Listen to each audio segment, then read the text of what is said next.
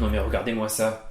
22 mètres carrés, 180 000 euros. 32 mètres carrés, 260 000 euros. 33 mètres carrés, 280 000 euros. Bah c'est pas avec mon SMIC que je vais pouvoir devenir propriétaire. Ça c'est moi qui vous le dis. Et encore là, je regardais pas à Paris, je regardais à Nogent-sur-Marne. Donc c'est en banlieue. Imaginez à Paris comment ça doit être dur de trouver un logement. Difficile de nier l'envolée des prix du logement par rapport aux revenus depuis les années 2000. Entre 1965 et les années 2000, le prix du logement est resté plutôt stable au regard des revenus des ménages. Par contre, de 2000 à 2010, les prix du logement ont augmenté de 70% par rapport aux revenus des ménages. Une progression qui est généralisée à l'ensemble du pays, contrairement au pic de 1990 qui concernait uniquement l'Île-de-France. Traditionnellement, les problèmes de logement concernaient uniquement les ménages à bas revenus. Mais aujourd'hui, même les classes moyennes éprouvent des difficultés pour acheter des biens immobiliers. Surtout dans les grandes villes.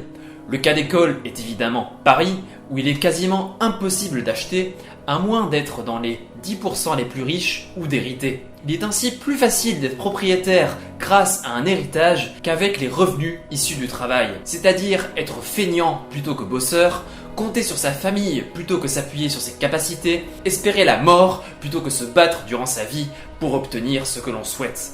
Pour ceux qui tentent tout de même d'accéder à la propriété, cela revient à dépenser énormément d'argent dans le logement. Cette dilapidation empêche de faire des dépenses ailleurs et conduit à rogner sur ses besoins essentiels comme la santé, l'alimentation, l'énergie. La hausse des prix du logement est donc loin d'être anecdotique. Même si la hausse des prix a concerné l'ensemble de la France, il y a quand même eu de nombreuses disparités. Les prix ont surtout augmenté en ville et dans les grandes métropoles, particulièrement en Île-de-France. Entre 2000 et 2019, le prix du mètre carré a augmenté de 130% sur la France entière, mais de 350% à Paris et 220% dans les villes de plus de 10 000 habitants. Ce phénomène n'est pas propre à la France. À de rares exceptions, comme l'Allemagne ou le Japon, de nombreux pays à travers le monde ont connu une hausse du prix des logements dans les années 2000. Comment l'expliquer ? Alors ensemble, nous allons jouer un petit jeu. Je vais vous énoncer l'ensemble des raisons qui pourraient expliquer la hausse des prix et vous allez devoir me dire si cette raison est valable ou non. Pour chaque bonne réponse, vous gagnez un parpaing. Oui, le parpaing, vous savez, les petites briques qu'on utilise pour faire des maisons. Alors pour vous aider, je vous conseille de regarder la fiche concernant l'évolution des prix du logement qui doit s'afficher quelque part sur l'écran, ici ou ici. Vous êtes prêts ? On commence. Est-ce que le niveau de construction est responsable de la hausse des prix du logement ? Je vous laisse quelques petites secondes pour réfléchir. Tic, tac, tic, tac, tic, tac, tic, tac, tic, tac, tic, tac. La réponse est non. Le nombre de logements construits représente qu'une toute petite partie du nombre de logements total. En plus, la France possédait et possède assez de logements pour loger toute sa population. Nous en reparlerons dans une prochaine vidéo. La pénurie n'est donc pas une explication valable. Si vous avez répondu juste, vous avez gagné un parpaing. Deuxième proposition. Est-ce que la cherté du foncier est responsable de la hausse des prix du logement ? Par foncier, on entend le prix des terrains. Tic, tac, tic, tac, tic, tac. Et non, comme nous l'avons vu lors de la vidéo de la semaine dernière, ce sont les prix de l'immobilier qui déterminent le prix du foncier grâce à la méthode du compte à rebours et non l'inverse. Ensuite, est-ce que l'achat des maisons par les étrangers explique la hausse des prix ? Tic, tac, tic, tac, tic, tac. Cet argument ne tient pas la route, car les étrangers n'ont acheté que 1% des biens durant la période. Quatrième parpaing pour vous, est-ce que le vieillissement de la population explique la hausse des prix ? Tic, tac, tic, tac, tic, tac. Des acheteurs plus âgés ne peuvent pas expliquer la hausse des prix. Après 56 ans, les propriétaires sont des vendeurs nets, c'est-à-dire qu'on a plus tendance à vendre qu'à acheter. Il aurait dû au contraire avoir un surplus d'offres, donc une baisse des prix, si tel était le cas. Cinquième parpaing, est-ce que l'augmentation du nombre de ménages explique la hausse des prix du logement ? Je vous attends, moi. J'attends que vous réfléchissiez. L'accroissement du nombre de ménages peut expliquer en partie la hausse des prix. Mais ce phénomène date des années 1970. Les prix auraient donc dû augmenter avant. Nouvelle possibilité, est-ce que la hausse des prix est expliquée par l'effet inflationniste des aides publiques? Tic, tac, tic, tac, tic, tac. Les aides publiques n'expliquent pas l'ampleur de la hausse. Premièrement, elles étaient déjà présentes avant. Ensuite, elles n'ont représenté qu'à 1% à 2% du PIB sur la période, alors que la hausse des prix a représenté en cumulé entre 2000 et 2009 15 à 20% du produit intérieur brut. Ce n'est donc pas la bonne explication. Avons-nous eu un effet inflationniste à la revente des biens immobiliers? Tic, tac, tic, tac, tic, tac. La réponse est encore une fois non. La revente n'est pas plus fréquente qu'avant, même s'il existe toujours une plus-value qui est faite sur les biens. L'explication est-elle financière? Tic, tac, tic, tac, tic, tac. Oui, c'est la raison principale. Il y a eu un assouplissement des conditions de crédit durant cette période. En effet, les taux d'intérêt ont diminué de 6% en 2010 en comparaison de la moyenne entre 1965 et 2000. Deuxièmement, la durée du prêt s'est allongée, passant de 15 ans à 22 ans. Ainsi, pour la même mensualité, un prêt à 3,6% sur 22 ans en 2010 permet d'emprunter 48% de plus qu'un prêt à 5,5% sur 15 ans en 2000. Cette facilitation dans l'obtention de crédit a permis une hausse de la demande en logement grâce à des prêts moins chers et plus longs. Les ménages ont alors pu développer des capacités d'achat plus grandes, les logements ont donc pu alors être achetés plus cher et les prix ont augmenté. Dernier parpaing, vous êtes prêts? Est-ce que l'investissement locatif explique la hausse des prix? Tic, tac, tic, tac, tic, tac.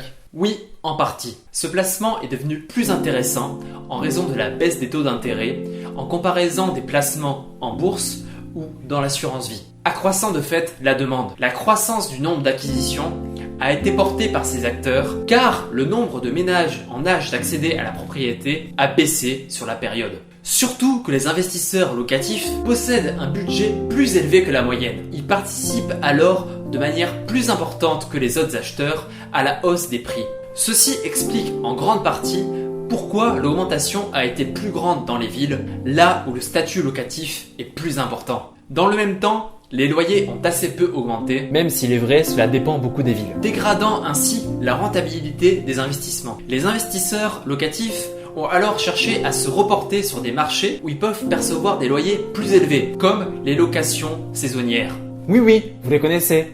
Ils s'appellent Booking ou Airbnb. Ce type de location aggrave de fait la crise du logement dans les grandes villes, car il retire au marché locatif classique un grand nombre de biens. Alors, pour ceux qui ont moins de 4 parpaings, vous avez besoin d'un peu de révision. Entre 4 et 6 parpaings, ça commence à devenir pas mal. Plus de 6 parpaings, alors là, je vous félicite, vous êtes très fort. L'explication financière est donc la raison principale de la hausse des prix. La baisse du coût du crédit a permis d'y répondre que partiellement. D'autant plus que le mécanisme est auto-entretenu par l'espoir d'une plus-value du fait de la hausse des prix. On investit car on pense que les prix vont continuer à augmenter. Nous assistons alors à la création d'une bulle immobilière où les prix sont déconnectés du réel. La principale conséquence de cette hausse des prix est un doublement de l'endettement moyen des ménages qui est passé de 30% à 60%.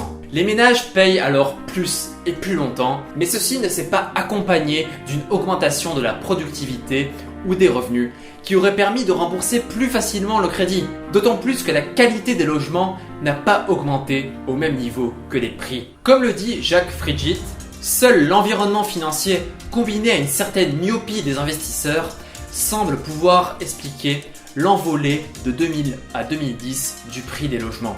En France, la baisse des prix de 2008 n'a pas été suffisamment forte pour revenir au niveau de 1999.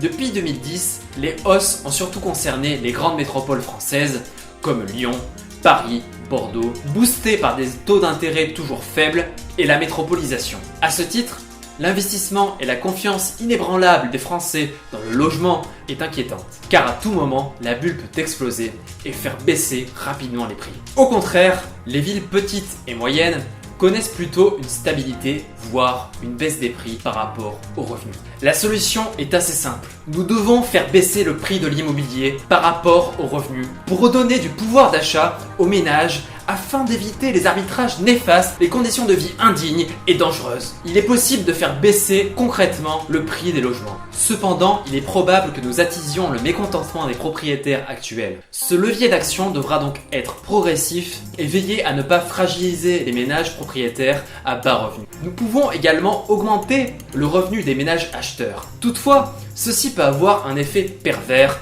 conduisant à une hausse des prix d'achat. Le corollaire est donc une limitation des prix d'achat sur le même modèle que l'encadrement des loyers. La solution se trouve certainement entre ces deux propositions. Permettre aux revenus des ménages d'augmenter plus rapidement que ceux de l'immobilier afin que le logement devienne plus abordable.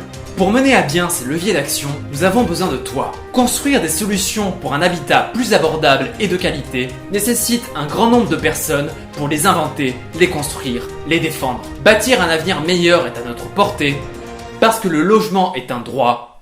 Engage-toi! Merci à tous d'avoir suivi cette vidéo. J'espère qu'elle vous a plu et que vous avez appris des choses. Vous pouvez vous abonner en bas de la vidéo pour ne pas manquer nos prochains contenus. Vous pouvez également nous mettre des commentaires si vous voulez discuter avec nous. N'hésitez pas également à mettre des pouces bleus ou à partager la vidéo. Ça permettra de mettre en avant la chaîne. Si vous vous ennuyez d'ici à la semaine prochaine, vous pouvez regarder cette vidéo ou bien cette vidéo. Et je vous dis à la semaine prochaine. Ciao!